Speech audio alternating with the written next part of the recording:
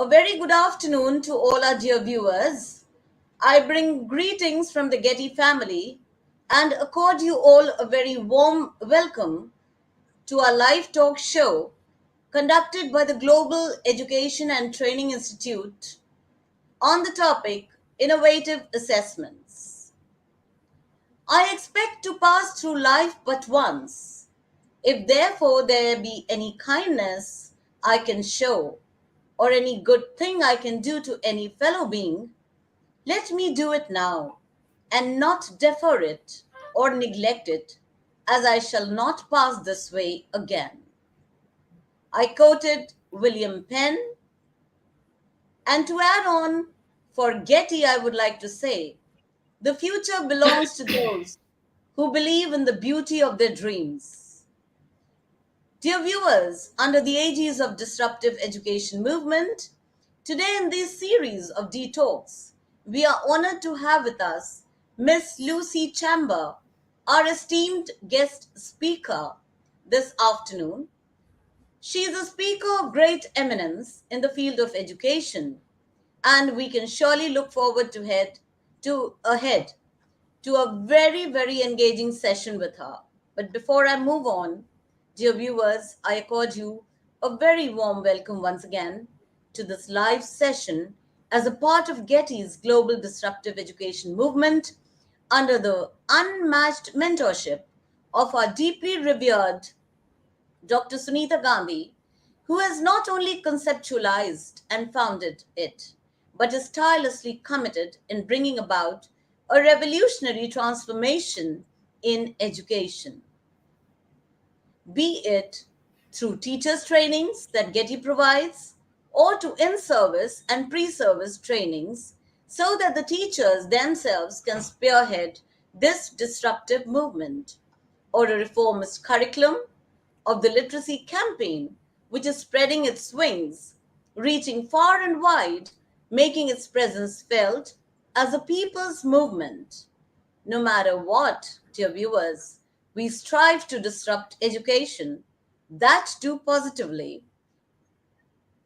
For the detox, we also invite policymakers, bureaucrats, researchers, educators, and all esteemed speakers from all around the globe as agents of positive change. As profoundly as one can imagine, our present education system is currently evolving for the better. So today we have Miss Lucy with us, who is here to share her immense experience and expertise in the field of education, who also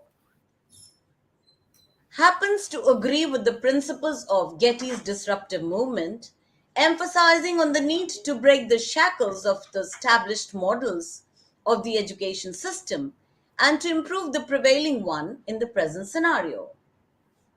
She is here to share her views on innovative assessments. Over to you, ma'am.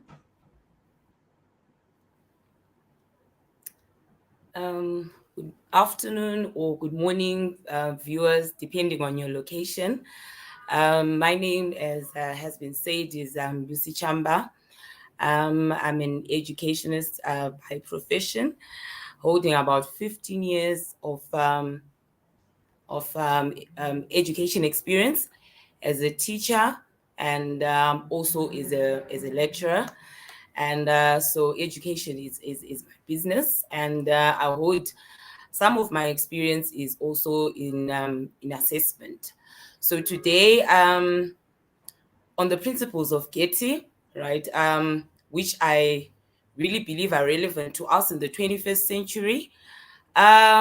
We've got building blocks such as change. If you're a teacher, change is the only constant. So we have to be grateful for this platform, which keeps us in change all the time. And also Kaizen, we should be continuously improving our classroom practices in order to match the fourth IR, Education 4.4, and other such developments in our community. So today I'm going to take the perspective of assessment. Assessment is usually something very stagnant, something we know and have been doing traditionally, and most of us practice it traditionally. So today we just want to take a leap and go through how we can use assessment in the 21st century. So with that, I'll Before, bring you. excuse me, ma'am, before we Yes. move ahead with the assessments, I would like to throw some light upon Miss Lucy's illustrious career. Dear viewers, you'll be glad to know that Miss Lucy has been an educational assessment manager. She has also been a part of African women's leadership in 2021. She is a DPhil in business management from Durban University of Technology. She is a master's in business leadership from Bindura University of Science Education. She is a BTech from Chennai University of Technology. She has also been to the University of Zimbabwe for a diploma in education. Her working experience as a high school teacher has been for 12 years. She's been a lecturer for 5 years, and she's also been an educational assessment manager in Zimbabwe School Examinations Council for 5 years. The list, my dear viewers, is endless. And, ma'am, I'm sorry that I didn't say that earlier and I handed over the show to you. But then, careers don't fade if anything is, slipped. So, my apologies, kindly accept them, and you remain yourself with an excellence which cannot be compared to anybody else. So, over for the show to you.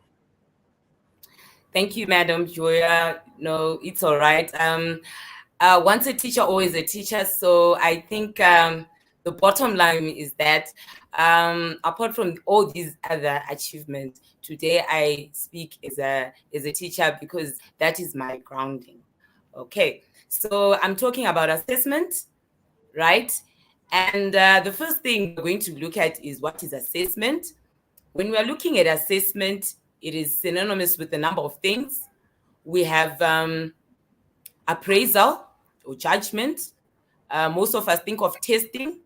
And when we refer to assessment, we want to establish a student's position with regards to maybe a syllabus or a course that the student has undertaken.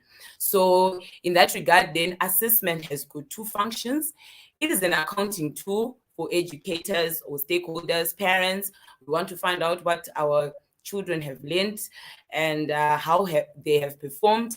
And it is also an ongoing process for learning. So at this point, I am centering around not the traditional view of assessment, which looks as at assessment as an accounting tool, but we want to look at assessment as an ongoing process for learning.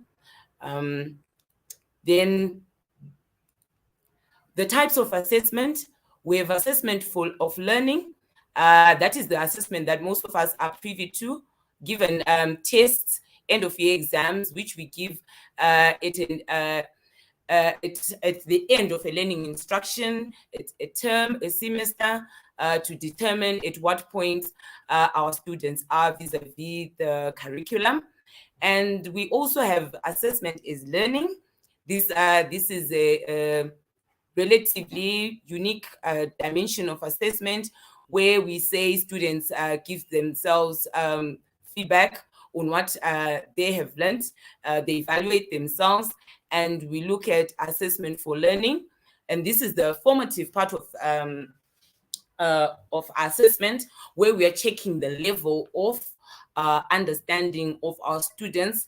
We usually do this when we want to check what our students have learned in order for us to continue with a certain to move on to a certain topic or to move on to a certain stage, right? Vis-a-vis assessment, we are saying then, what do students need to know, right? This is our premise for assessment, because we are saying what are the building blocks of the world around us as it impacts on assessment. The first thing we are saying, we have education 4.0. Here learning aligns with itself with the emerging 4IR. Ladies and gentlemen, as teachers, we know that the fourth IR is here to stay, and it has its implications on education, which must be adopted if education is going to remain relevant. We also have SDG 4, which ensures inclusive and quality equitable education and promotes lifelong opportunities for all. So the outcome here, which is of major importance, is outcome 4. This relates to us in education, increase the number of people with relevant skills. There, I want us to note, we are increasing the number of people not only with general skills, but skills that are relevant to the 21st century, the fourth IR, as we talk about. Another building block for us to assess students is the notion of quality education. So from a business analogy, we look at the client orientation, in which education puts emphasis upon whether a program fits its purpose and reflects the needs of those who use it. So from this dimension, we are looking at, is education, the utility of education. Is education serving the purpose that our countries, our governments, our communities seek to undertake? And does it reflect the needs of the student? So of those who use it, there is to earmark our students, because we're saying assessment should also be relevant to our students. Education is also seen as a preparation for practice. Therefore, our assessment should prepare learners for future learning and the world of work. So assessment must also therefore follow the demands of quality education, as well as equip with 21st century, equip our learners with 21st century competencies. So this is the nexus that our assessment should achieve. And the frameworks that I would like us to pay reference to, these are the, maybe we say the latest assessment trends are the P21 and the ATC framework. So for today, I'm going to look at the P21 framework. I find it a very user-friendly type of framework. And while there are other frameworks that someone can look at, these two are the latest and are in tune with 21st century competences, and they call upon the need for us as education practitioners to use innovative assessment or integrated assessment systems, which are a hybrid of what we used to call the summative or the assessment that we're used to of testing, and the ongoing assessment, which is assessment for learning, right? So from there, I have that picture of the P21st framework. I think you can see basically what the image is talking about. If we're going to put it in context with other frameworks, it's talking about 21st century skills, and we can cluster them as follows: communication skills. Our students need language and presentation of ideas. They also need collaborative skills, management of group activities, and social interact. I think you see these are very relevant. We need collaborative skills. This is, but when we talk of things such as teamwork in the field of work, we have individual learning approaches, critical thinking, metacognition, and skills acquisition. And we also have individual autonomy, flexibility, adaptability, and entrepreneurship. And we also have, last but not least, this is core to everything, ICT and digital skills. So we are looking at our students going to school to acquire those set of competencies, so that we have in totality a learner who is predisposed for the 21st century, right? Then we move on to the implications of the 21st century integrated assessment systems, right? These are hybrid, like I've indicated, uh, and we are saying that they want us to form a total rounded, an all-rounded student who can fit in well in the new global village. And so the first implication is that ICT should be part of assessment, meaning when we design our assessment, our packages in classes, ICT should form the core. And the other hallmark is that students should be actively involved in assessment. Assessment is for the student. It's not for us, as traditionally we've known. Assessment is for parents, it's for schools, it's for countries and communities. Now we are centering on how assessment benefits the students. So students should be actively involved. And then we're saying teachers to use innovative assessment methods which incorporates prompts that are more complex than than written exercises. It means in this type of assessment era, we are going beyond the normal written testing exercises to test a number of competencies which we do not find in these in these in these in these in these traditional type of assessment systems. So the assessment strategies that we have, these are not new, ladies and gentlemen. As teachers, we use them, but sometimes we leave them to be. So you might get one that you have not used, you might not, but the key is how you are going to combine them effectively according to the subject that you are teaching. So we can use a combination of rubrics, projects, portfolios, self-assessment, peer assessment, and e-assessment, right? We go to rubrics, right? Rubrics are a tool to measure students' knowledge and ability. They are used to score assignments, and the assignments can range from oral, written, up to visual. So you form rubrics. Generally, we are saying it's a set of criteria to grade the quality of a student's response. And with this type of assessment, then the teacher can enhance the entire learning process from start to finish by serving a number of purposes, right? It means that you are going to give students how you're marking, sort of, it's like a marking guide of how then you are going to assess them. And it has a continuum from, let's say, 0 to 10, from low to high, depending how or you're going to frame it, but it's going to show a continuum through which a student has scored. So it serves as in self-monitoring and self-assessment to the student, and it can also be used with other. It's not an end product in itself, but it can be used in line with other assessment strategies, right? So who does the crafting? The teachers only. You can do it if you are the traditional teacher, but usually it is better for you to design these rubrics with students so that the students get to know the achievement that you are expecting them, right? And since they are the end users, when we design something, we should have the end user as being part of the process, because we are designing this tool for them. So they should be able to know this tool because they have participated in designing it. So the merits that we have there is that usually students are comfortable because they have some ownership in the process, and they recognize that their opinion is valued, and with that they become quite a user-friendly sort of an assessment.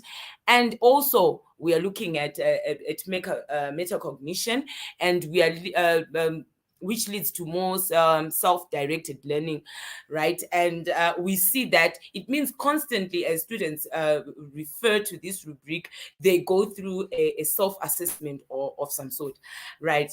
So this becomes then the way you design. Well, what is key here is the way you're going to design your rubric. Usually we have rubrics that are designed by teachers, but now in the 21st century, so that we have ownership of students in the process, and students are comfortable with this, then we have to incorporate learners. So we have a student center type of rubric. Then we move on to performance-based assessments, right? Performance-based assessments, these are authentic assessments such as projects. I think we are familiar with projects. We are giving them skills to apply in the real world. We have learned some content, and then we want these students to put their knowledge into something practical. So we can ask them to create an end product. We can ask them to synthesize. Projects are also there in written exercises. We also have like a research what do they call them, thesis or research projects. And we also have even writing of reports, something that calls upon synthesizing a large number of scripts, and you are actually applying it to like real life situations. Those are the performance-based projects that we'll be looking at. So it allows for the differentiation of assessment so that all students can demonstrate their understanding, right? So here we want students' ability to even create, because we are looking at the skill of creativity there. We move on to portfolios, a collection of student work gathered over time, right? So as a portfolio is, we can look at it as a compilation of what has gone on through time. We are saying we are affording our assessment the opportunity to go with the student from the beginning of an instructional period right up to the end. So we consider this authentic because it doesn't have a snapshot type of assessment like a single standardized test. And it has that ability to simultaneously teach and test when we implement it effectively. For instance, subjects that usually do these are usually fine arts. Fine arts, we want to see how a student has progressed, for instance, in a chosen field, what they've chosen. For instance, if I'm looking at life drawing, how have I managed to from the beginning of, let's say, my 2-year course, how have I started, how have I progressed, and then I'll see my most my most let's say accredited type of works. They will appear there. But we are looking at the developmental phases of that the student has gone through, not only one a single sort of like product that the student has done, but we are looking at the totality and also the development of the student as they are interacting with their content or their knowledge. We also have a self-assessment. Right, self-assessment occurs when the student judges their own work. Right, it helps in putting the student at the fore of assessment as they identify the discrepancies between current and desired performance. So this you can also use in together with a rubric, because we've set a rubric of what do we want to achieve, and then the student continuously looks at that, and then will be able to judge themselves, give the variances, and hopefully most of the time students emerge better because they are able to assess themselves vis-a-vis the goal that has been mutually designed by the student and the teacher. So it aligns well with standards-based education because it provides clear targets and specific criteria against which students and teachers can measure. So there's that element of objectivity. It's not random assessment. That's where we come up with the objectivity in this type of assessment. And this is very critical as we even approach, even as we go further in our in our education life, because we have to have that ability to assess ourselves. Even when we write an assignment, we produce something, to see that does it really measure up to what I'm expected to produce. Then at the end of the day, you are able to continuously improve yourself. Peer assessment. All right, that's the other dimension of self-assessment. Here we are talking of peers, all right, doing assessment. So who are peers? So peers are students of equal status. So usually we are talking about students in the same class, or even in the same form or grade, doing assessment. So you can call upon students from another class, as long as they are familiar with the topic or whatever is being assessed, to give their assessment of what a student has produced. This also works with rubrics, because the students who are doing the assessment have to know the criteria upon which they are judging work. It's not random. It's not a subjective thing, but students have to know the scoring points of what we are looking at. So the primary goal of using peer assessment is to provide feedback to learners, and then we are also teaching other students, right, to be able to be able to participate in critiquing objectively works done by others. This is like I say, it's not just mere assessment, but it is assessment provided with rubrics. So usually it is it is a very modern type of assessment, because I think even on social media, on our TV programs, or even competitions nowadays, we win awards based upon not only the judges judging our performances, but also what our peers think of our performances, right? So this is a relevant form of assessment, and it can be used by the teacher. Makes when done well and controlled well, it makes learning quite exciting. We have also got student response systems.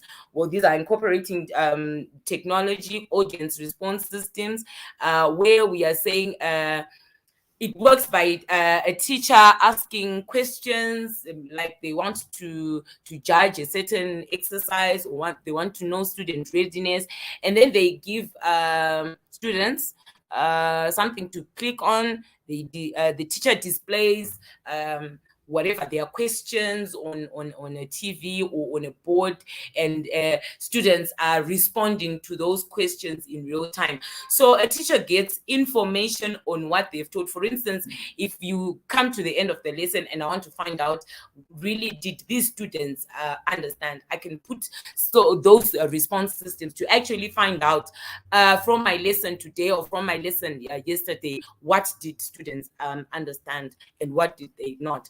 So this, as you see, works with ICT. It's an ICT-based type of assessment. And then e-assessment, digital assessment, online assessment. We can design a varied number of assessment on our on our using technology. Sorry about that. But then here we are saying we design, whether it is formative or summative, using things like gaming. We can also use online exams. And usually we want to incorporate these with the ordinary type of assessments that we use from day to day. And however, the challenge with this type of assessment is that we need a high investment in digital technology, right? My conclusion there is that research strongly suggests that these assessment tools and strategies can positively impact a number of key areas that we know are important, right? So we are saying that it has been proven that with use of these assessment strategies, we're able to test a number of competencies, help students acquire 21st century skills, foster student engagement and student metacognition. So there is no doubt about the usefulness of these assessment strategies. But however, what remains questionable is the extent to which school context of many emerging market economies can foster that, right? I put forward those challenges. For emerging, this might not apply to developed countries, but for emerging economies, we have challenges such as preparation time. Most of these, they are not a walk in the park. The teacher has to do some extensive preparation before, so it poses a time challenge as well. Time, usually our lesson times are so packed, and we also have the challenge of class size. In our developing communities, we might have 50 students in a class, so sometimes the teacher people ratio may be too large to allow for flexibility and for us to use those. And infrastructure, where we say we're talking about the ICTs, is still scarce in some areas. As Capstone 2018 states, the future is here. It is just not evenly distributed. So you'll find that in as much as we are in the 21st century, both are not most of us are privy to the technologies that would facilitate us to provide the authentic assessments that we need. So there are variations between schools on hardware and software, right? With that, I think I have come to the end of my presentation, but the recommendation that I would just give amidst this challenge, teachers, I know we improvise, but we call upon access to professional development, right? We also, teachers and administrators alike, we have to become proficient with assessment for learning procedures, right? Without returning to university or going to attend what comes another form of instruction, but we can continuously invest on online programs that teach us how to design such assessment if our governments are falling short. So in a nutshell, ladies and gentlemen, when we are applying these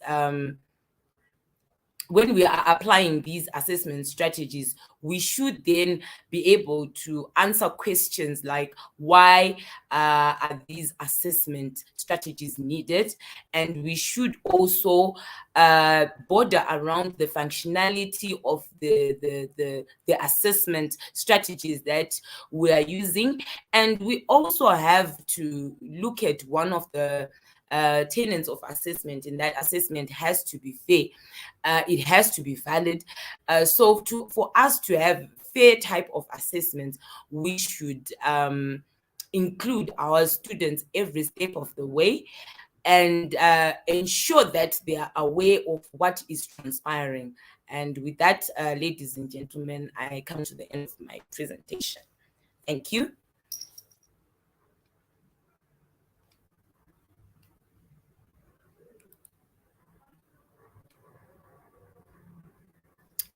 Okay,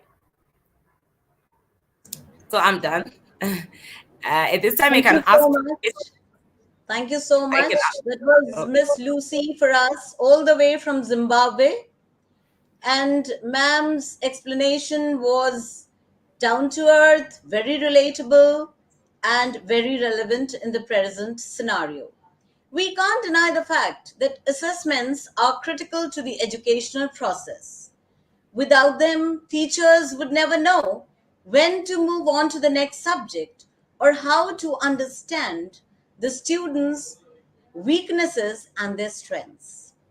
The true. use of innovative assessments, ma'am, as you said, has very clearly defined something that enables the learners to transfer knowledge, skills, competencies, and dispositions between learning and assessment.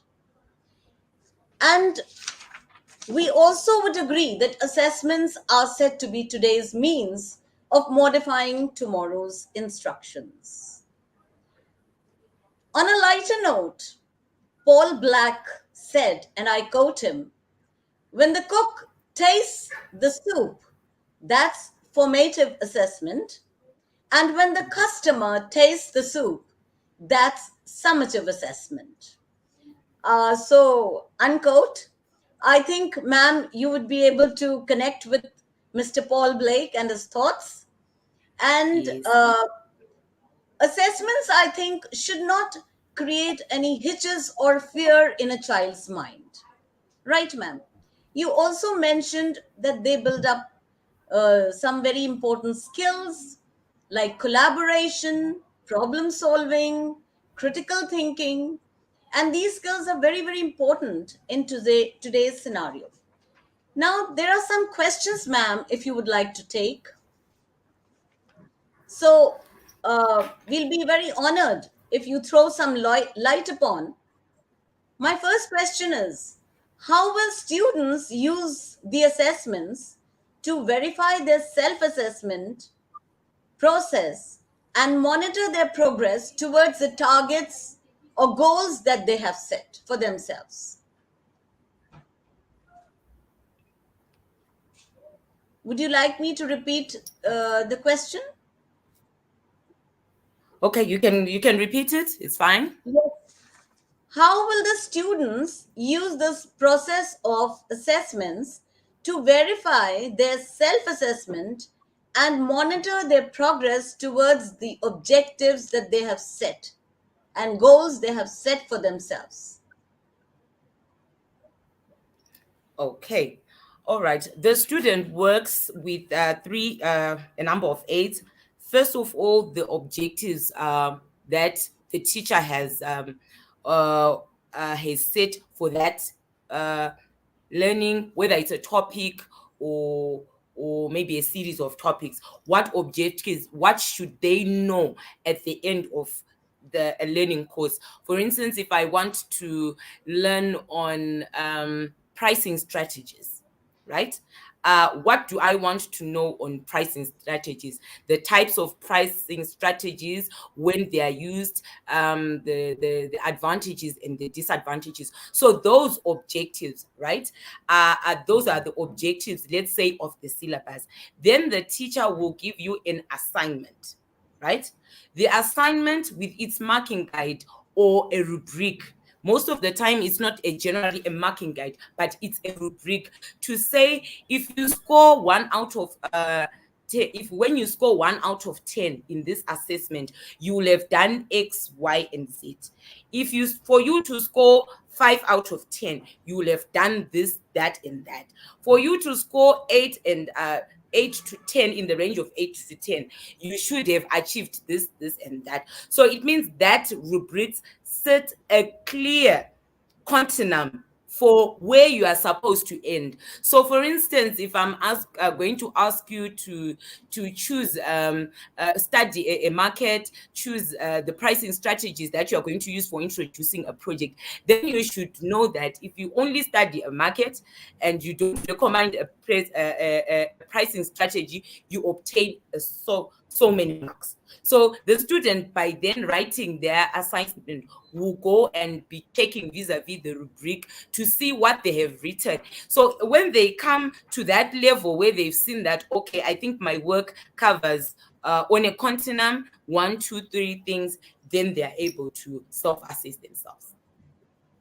Thank you so much. Okay. Very well said, ma'am. Okay.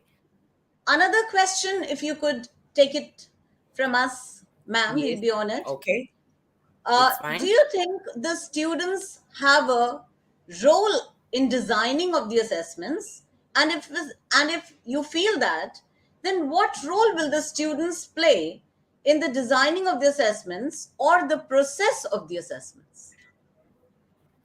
Yes, students are the end users, yes. But for instance, when we are, let's say in ICT, when people are designing a program, they take the end user. of the program into cognition, right? Students can be used in maybe actually that is the dimension of disruptive education, because previously on the board we design assessment strategies sitting in our offices as teachers, right? And then we present these to our students.